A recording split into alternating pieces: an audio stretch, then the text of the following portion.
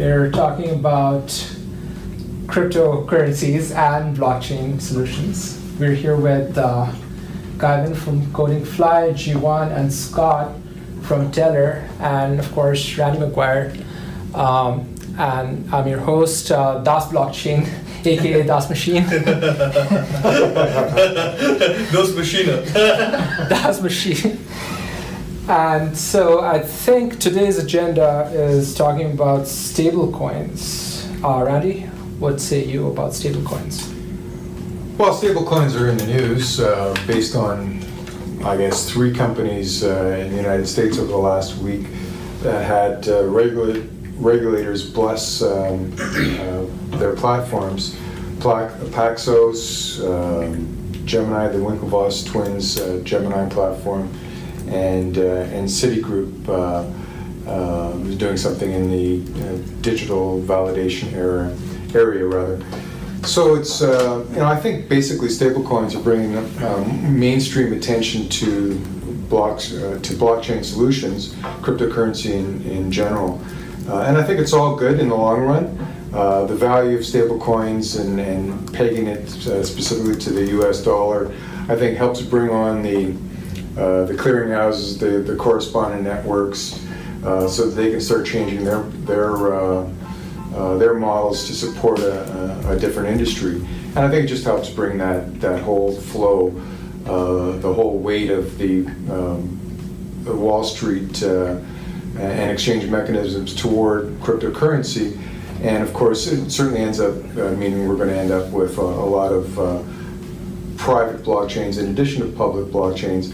But I think it's all good because it was going to happen anyway, and it just brings a lot more money and attention to the blockchain space.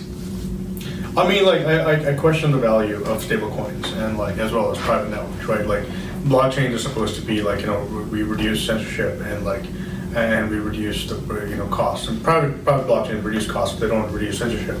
So it's like, I don't see the value there. But, like, also as far as stablecoins are concerned, why not just peg, especially for the new blockchains that are coming up, especially for what Teller is building, we are thinking about just pegging our coin and the cost of whatever we're going to be using on that network to your localized currency. So you can say, your transaction fee is like 5 cents. It'll be like 5 cents worth of Teller coin in US dollars, or like 5 cents worth of Teller coins in whatever localized currency you have. So I don't see the value of having stable coins.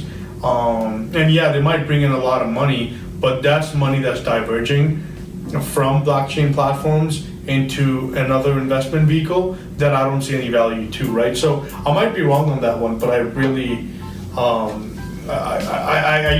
I've yet to see a strong use case for it.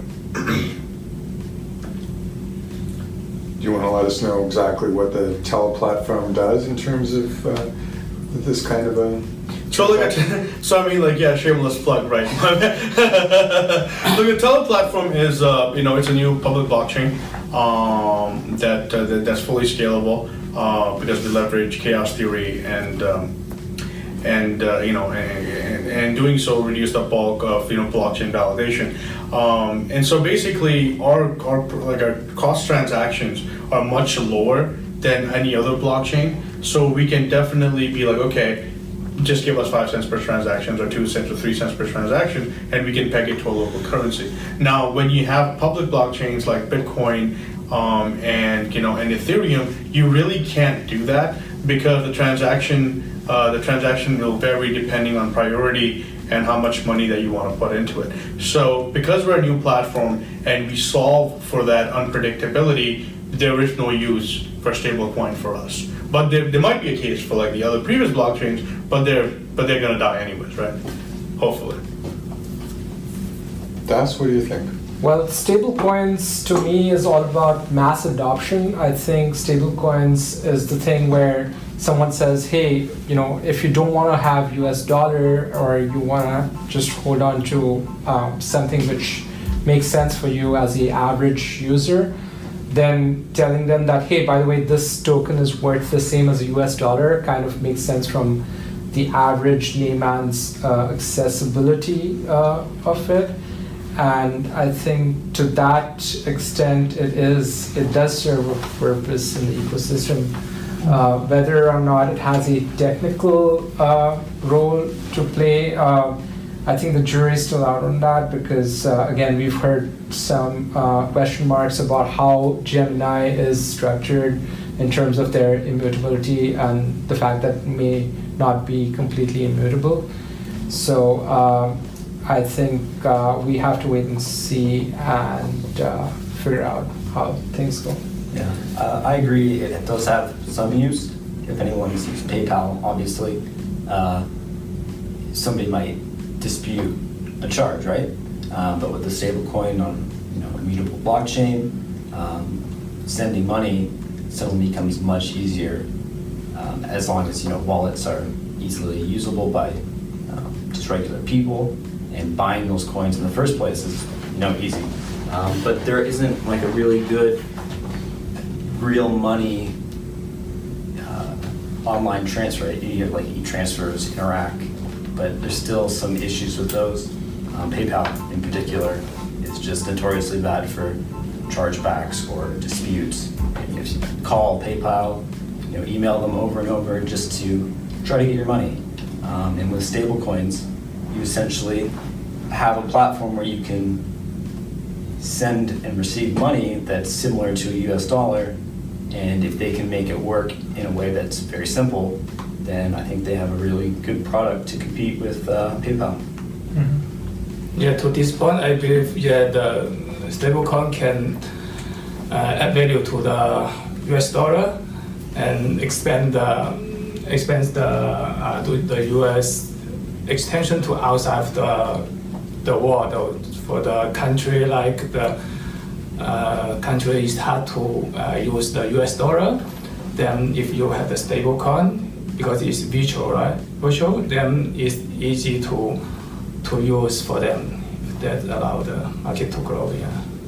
And I think one of the justifications for the stablecoin is liquidity. Yeah. Whether you're trying to send money as rather than using Western Union, you're trying to send money to your family, some sort of remittance. You've got the backing of, in this case, most stablecoins are using the US dollar. You've got that liquidity pool to ensure that wherever you're sending it to, it's not going to be a conversion issue at all. Yeah, I mean, it's like I'm definitely in the minority here, right? But stablecoin is basically tokenizing fiat currency, right? It's just a different way to tokenize fiat currency, and I think there's better ways to do it. If you're using coins on our specific or any specific networks, you can send that coin for the value that's pegged to on any given day to a localized currency, right? And then create liquidity pools at the other end of it where nobody's taking a currency risk. So there's other ways to get around it. And that is much better than giving a third party control over an entire currency model that might or might not work.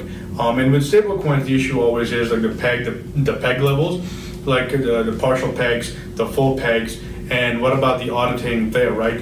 And a lot of stablecoins in the past, we have come to see that, we've not come to see, but there's strong suspicions that what they're saying might not be the case, and what they're pretending to hold in reserves, they might not hold in reserves, right? So how do you address that question?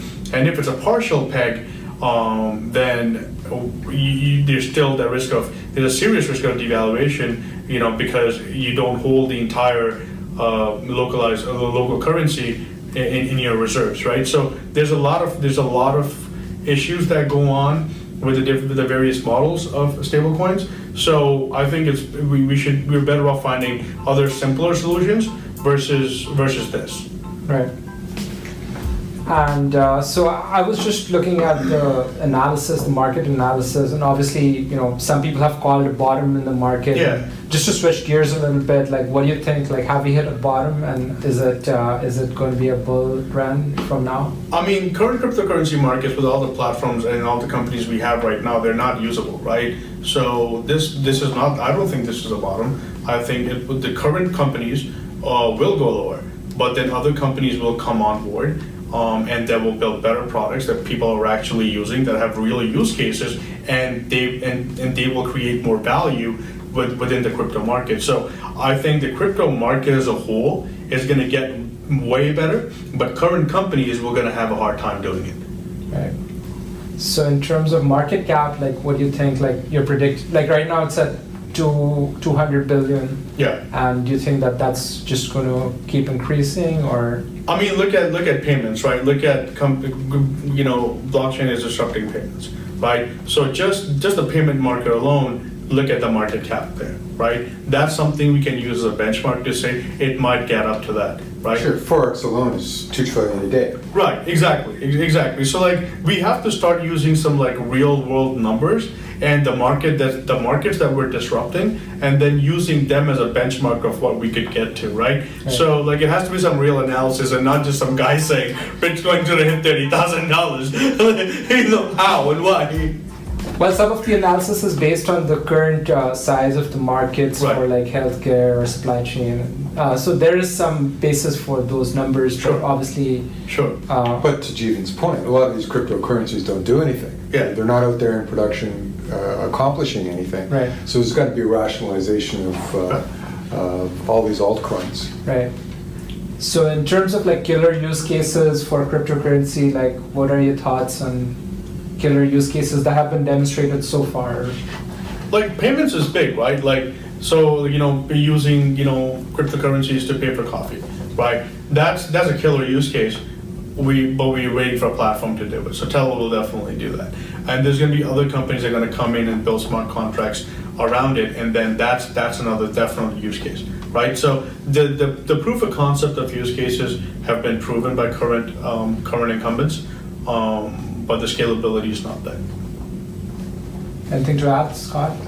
Yeah, I agree. If we have a platform that allows us to pay very easily, like for example, credit cards now have tap features, which is whenever you used credit card 10 years ago or whatever, and you had to put in your PIN every time to swipe it, go through that whole machine process, and now you just tap it.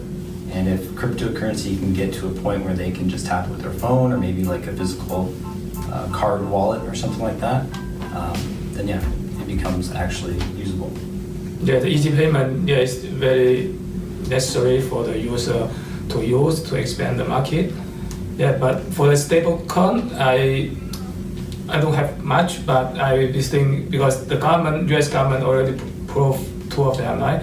So it would be getting the industry to notice, to learn a lot more, to maybe develop a better version. That's the concern you have. Yeah. Yeah, if you can get to this step, maybe the case may be different, the capital may be different. One thing that's interesting about stablecoin is people that used Bitcoin maybe 5 years ago they might be like you hear some people say, oh, I bought a pizza for 10 Bitcoins, and then now if you bought a pizza for 10 Bitcoins, obviously that's a terrible price. But with stablecoin, you don't have the fear of spending your coins and then they go up in value, or holding on to coins and then they go down in value. I think that's a really big draw for stablecoin. Well, I have a theory my theory is that blockchain's use cases go beyond payments, and in fact, the smart contracts use case is actually such a selling proposition that it would completely overshadow payments in the long run. Right. And I think that's where the companies should be focused on, and I think they are starting to get it, because we're seeing this emergence of the biddle and rather than just the hodl. Yeah. So I think that just because it's a bear market, or if it's whatever the price of Bitcoin or Ethereum might be, the fact that people are actually trying to build real infrastructure and real value, that's pretty impressive. Right, and you also got to think about it this way, right? Like, so when we start building companies, and like I've been an entrepreneur for a while now, and whenever you start with something and you think this is where we're gonna be, you'll never end up there, right? Because then you find other use cases, you evolve and you mature, and you find more and more things to do with whatever you're trying to build, right? And any new technology is no different. So we might sit here and say, like, for me, the use cases of payments and smart contracts is very clear, right? It's very clear. There's the value proposition is very clear. But as we grow and as people start using, the decentralized ledgers and blockchain, and they get on this network more and more, then you will start to see, more better use cases, because we'll start thinking, oh shit, I can do this, or I can do this. Oh, let's do it, right? But like at this point, it's very hard to say, but it's not impossible. But we can't say it's possible either. It's just like work in evolution. Right, and there's a myriad of really good use cases for blockchain right now that have nothing to do with scalability in terms of the cryptocurrency. Right. Like escrow and land and title and 100%.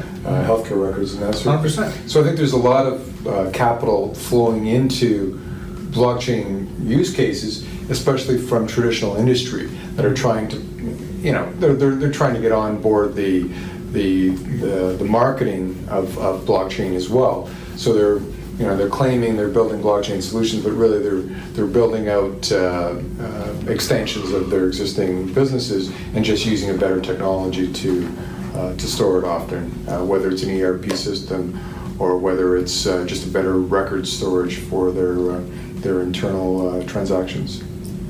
So what do you think of the MOU that was signed amongst the emerging markets, the BRICS countries that signed an MOU on blockchain?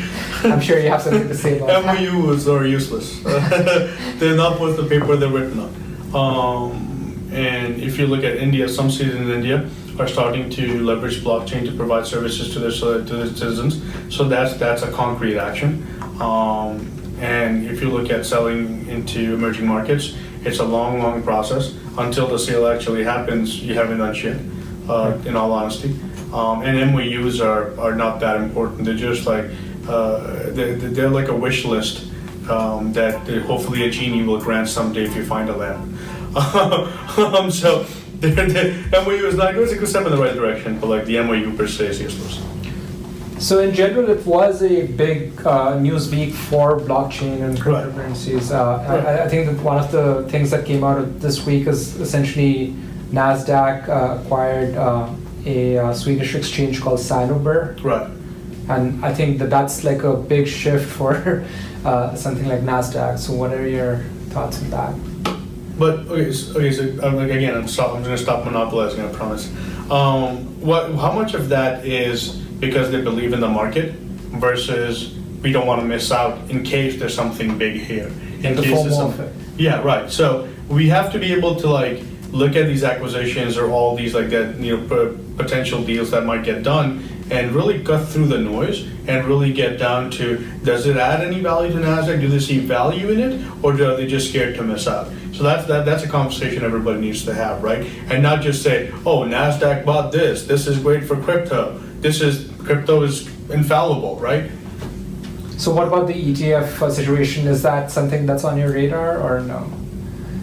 Randy? I think that's going to come out of the regulators, whether that's going to be a big play or not. Yeah.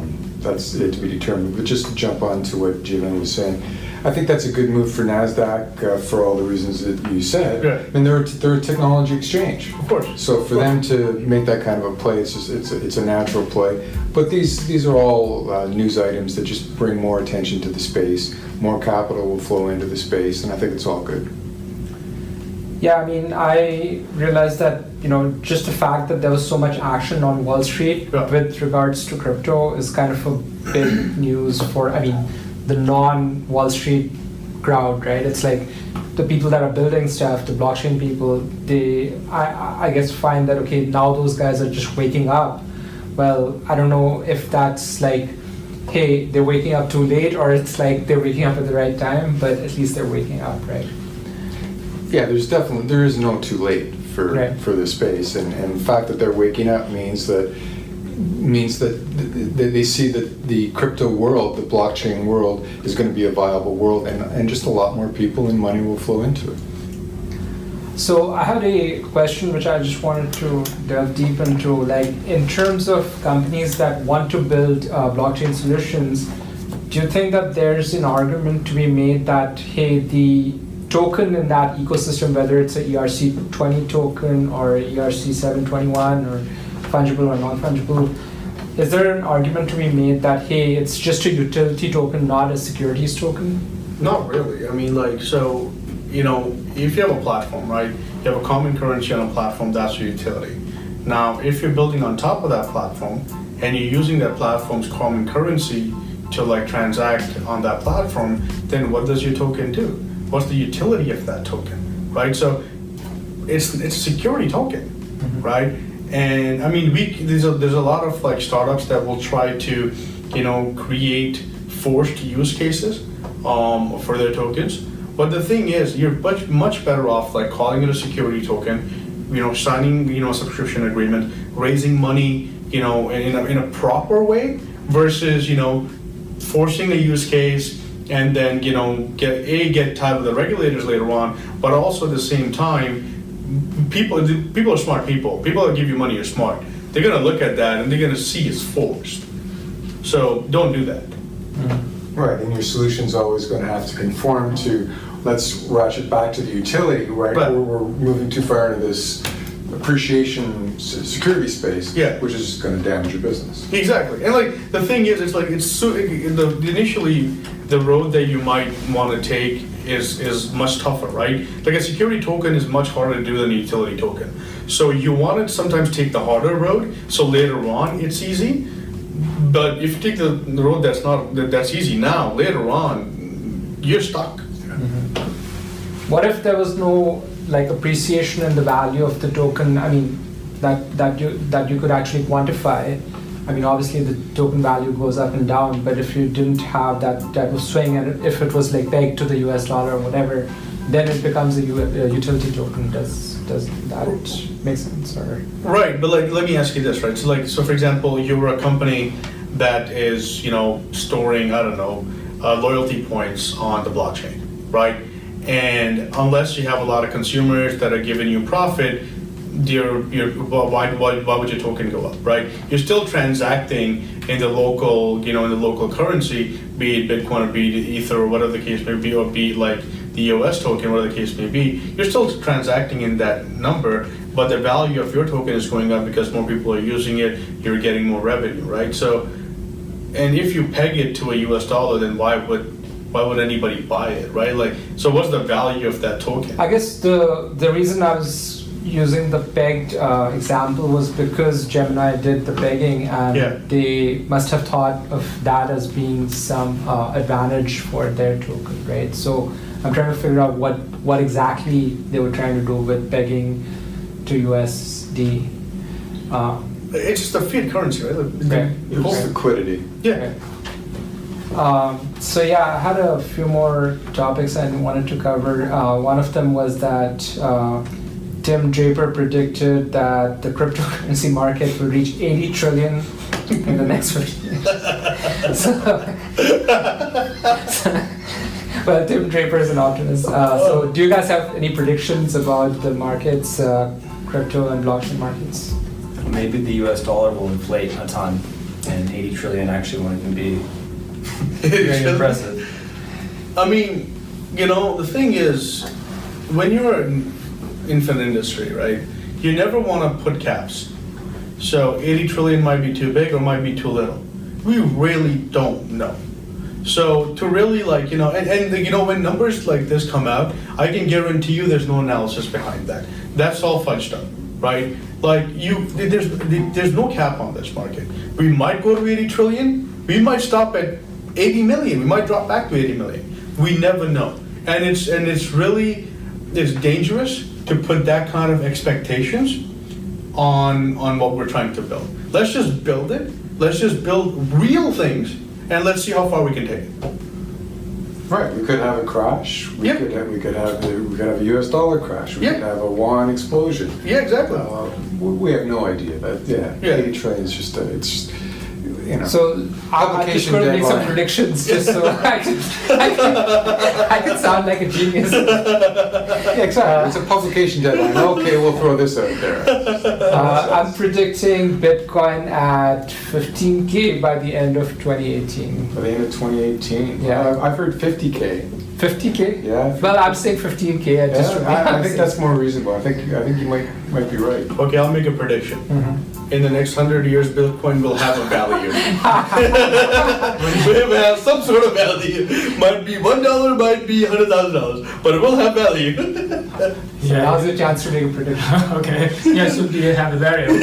Yeah, but I think the value maybe is not high as 15K, but you should. I would say it should be 10K at least, right? Because if the technology is developing, maybe there's a better solution in terms of for the payment, right? But the Bitcoin is the first one. Yeah, so I believe it will still there, and it will have a quite big value though. Yeah, it's the brand. It's the cryptocurrency brand, and regardless of the infrastructure, the limited infrastructure, it doesn't matter because it's just a cryptocurrency. It's never going to be an architectural infrastructure for new solutions. It's the vanguard of cryptocurrencies. It's the brand. It'll continue to appreciate. And so my question for Jivan is, are you a cypherpunk, a anarchist, or a libertarian? All of the above. All of the above. And a drunk at that. I mean, like, in all seriously, like, I'm a libertarian with some socialist tendencies. So, That's two ends of the spectrum. I know. I'm a very complicated man. Anyone else want to talk about their crypto-political leanings? Well, I think not crypto, but political leanings in terms of the blockchain. I think it's a democratizing, egalitarian force that if we project far down the road, we can see that we can eliminate concerns with mistreatment of women, at least in terms of workers, and the Coding Fraud platform can do that. It's the worker behind it is agnostic. So race, creed, color, gender doesn't matter, and ultimately, once we're dealing with just cryptocurrencies, they just fly around the world without regard to whether they're inflating various interests on Wall Street. So I think it's very democratizing, egalitarian world we're moving into, and that's what excites me about it. To libertarian. Concerns as well. Maybe there is a bridge here between the socialist and the libertarian. I mean, like, to that point, right? Like, I think, like, you look at DLTs. I think they're like an evolution of the gig economy, right? Where you have, like, companies like Uber and Airbnb, like, where if you want to work, you can do it. Like, you have the equality of opportunity to do whatever the hell it is that you want to do, and that's the powerful force behind these distributed platforms, right? In terms of, like, disrupting existing things. So it's like, if you want to work, you have the equality of opportunity, and like that's the socialist in me, right? I want to give everybody the equality of opportunity, but also at the same time, I'm not gonna give you, the end result, right? And that's the libertarian in me. So it's basically like that's the marriage that DLTs do. That if you want to do something, you can do it. But if you choose not to, you're on your own. So how would you approach the disruptive factor? Let's take Uber in particular. Right. So in China, you've got this online platform, and they just say you can use our app. Right. Go get a vehicle. Right. So no understanding of licenses or for a given jurisdiction or territory. Right. So these poor families in India all went out and they purchased a vehicle, designated one of their members to become the driver, and this was repeated time and time again, to the point where the value of actually being able to have an Uber license was valueless because there were way too many people doing it, and now the families couldn't afford to pay. They weren't getting enough work driving for Uber, so they couldn't pay the loans for the lease or the loan for the car. So how do you where does the regulation come in? Where do you bring in, I mean, it's a libertarian idea, Yeah. but where do you bring in necessary regulations so that it doesn't totally disrupt an area? I mean, like, so the thing is, like, whenever something starts new, there's going to be casualties of opportunity, right? And by that I mean, like, people think there's endless amount of opportunity, and everybody gets in it. But at the end of the day, we realize there's not endless opportunity, right? So at some point, it's gonna stable out. Now, it's not only Uber. Then you also have TaskRabbit, right? Where if you're a plumber and you wanna, you've done your day job, but then you wanna go fix somebody else's issues at the end of the day, and you wanna work an extra 2 hours, you can do that. Now, this is not a perfect system, but the equality of opportunity remains at every level, that even if everybody's doing it, they still have the same equality to be able to go out and do it, right?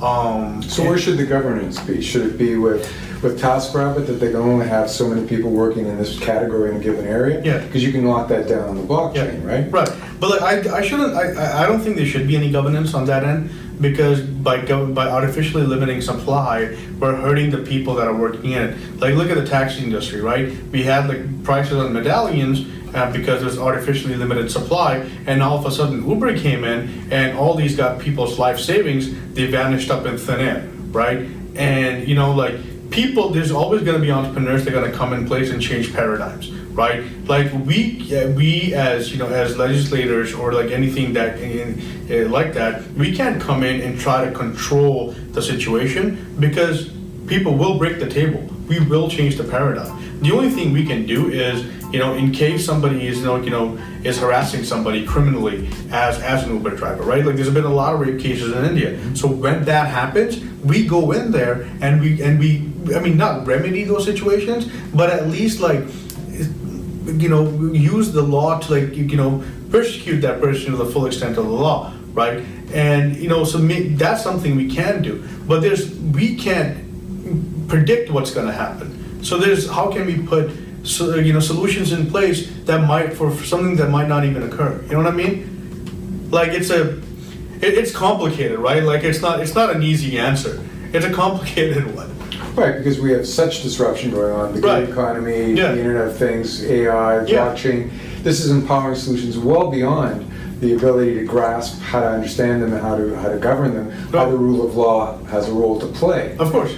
So is it incumbent then on the blockchain companies to have a certain governance with the kind of solutions they put out? Like, we have to, like, as people in this space, what we have to do is we have to have a sense of integrity and moral compass that we apply to whatever we're building, right? And if there's things that doesn't fit in with what we really believe in, we should stand up and fight for that. Now, what that is, I don't know, right? I mean, so for what we're building for Teller, like, it was very important for us to be able to prove out our model, to build a prototype before we went out and raised money, right? So like, that's something, and that is something we truly believe in, because if I went out and raised money from somebody for something that wasn't fully proved out yet, I can't look that person in the eye, take his money, and for something that I'm not sure that's going to happen. And a lot of blockchain companies are doing that, right? They're raising millions of dollars by flat out lying to people. So that our moral compass that we apply to our company that we want to that will never go away from. Now, what is your moral compass? Well, you apply that to your platform, and the market will tell us which one it believes and which one it wants to follow. Some would argue that free market dynamics is why we ended up in the problem we're in today globally, with the wealthy owning the means of production and controlling the means of production. And but how did we end up there? I mean, like, every time you have to go out, you want to set up a factory, you have to go through these, like, environmental protection agencies, you get all these licenses. Only the wealthy can do that, right? So, for example, even in Canada, if you try to apply for a government program, right? Like, say, for example, IRAD. Your company has to have 2 employees, your company has to be 2 years old. But if you're a startup with a disruptive product, and that product has only been built for the last 3 years, and you're working on it by yourself, then you don't have access to that funding, right? So the fault is not then with the market forces. The fault is with the design of the programs that are put in place by the governments some would say to serve the wealthy, which I don't agree with, but they artificially block the disruption, right? Like startups don't last 2 years most of the time. They die way before. They need support right off the bat, and nobody looks at it that way, right? How does it happen in China? If somebody wants to start up a company, can they just go ahead and I want to start a blockchain company? So what is the procedure there?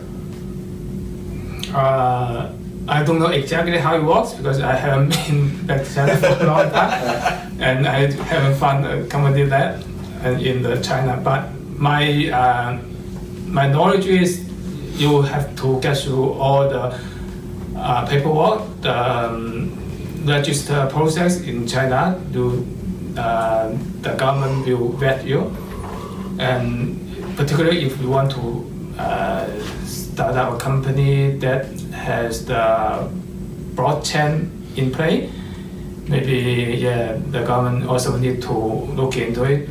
Need to be regulated as well, I believe. So they would vet you in a similar fashion. Do you have 2 employees if you've been in business for a certain number of years? Yeah. That sort of criteria? If this is the company that really build to add value to